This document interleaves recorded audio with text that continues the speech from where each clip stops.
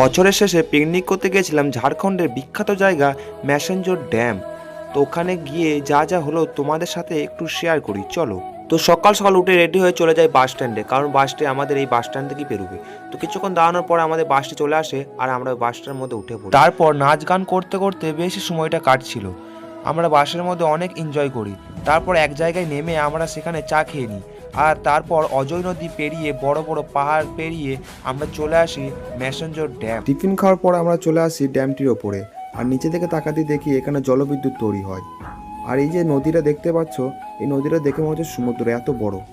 তো গাইস অনেক কষ্ট হচ্ছে উঠতে। তো গাইস দেখি কত উঠতে পারি। গাইস তো বসে থাকে গাইস, একটু জলদি আবার চাষ করছিলাম, আমাদের মনে হয় না গাইস। এখান থেকে ওঠার পর এখানে এসে শেষ। এখান থেকে আর কিছু নেই, এখান থেকে রাস্তা নেই, ওই দিকে রাস্তা নেই গাইস। গাইস এখান থেকে ড্যামটা ভালো দেখা যাচ্ছে গাইস, দেখতে পাচ্ছ। মানে নিচে আনছে, এই নিচে দেখাচ্ছে একটু পর, খুব সুন্দর ভিউ মানে ড্যামটা।